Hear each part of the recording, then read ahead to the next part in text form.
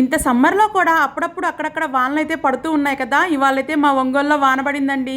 చాలా కూల్గా అయిపోయింది క్లైమేట్. వేడిగా ఏమైనా తినాలనిపించి మీల్ మేకర్తో పకోడీ అయితే చేసేసుకున్నాము. ఒక కప్పు మీల్ మేకర్ తీసుకొని మరుగుతున్న నీళ్ళలోకి వేసేసుకొని ఒక పావు టీ స్పూన్ వరకు ఉప్పు వేసి ఒక 10 నిమిషాల వరకు నానపెట్టుకోవాలండి. వీటిని వెంటనే హాట్ వాటర్ మొత్తం డ్రైన్ అవుట్ చేసేసి కూల్ వాటర్ పోసుకుంటే కుకింగ్ ప్రాసెస్ స్టాప్ అయిపోతుంది. దీనిలో నుంచి నీళ్ళన్నీ పిండేసి ఒక బౌల్లోకి వేసుకోండి. అర టీ స్పూన్ ఉప్పు, 1 టీ స్పూన్ కారము, 1 టీ స్పూన్ అల్లం వెల్లుల్లి పేస్టు, 2 టీ స్పూన్ వరకు కార్న్ ఫ్లోర్, 2 టీ స్పూన్లు శనగపిండి, 1/2 టీ స్పూన్ గరం మసాలా వేసేసి హాఫ్ లెమన్ ఈ విధంగా స్క్వీజ్ చేసేసుకోండి. మీకు నచ్చితే ఫుడ్ కలర్ కూడా వేసేసుకొని బాగా కలిపేసుకోండి. ఇప్పుడు స్టవ్ వెలిగించి కడాయి పెట్టుకొని డీప్ ఫ్రైకి సరిపడా ఆయిల్ వేసుకోండి.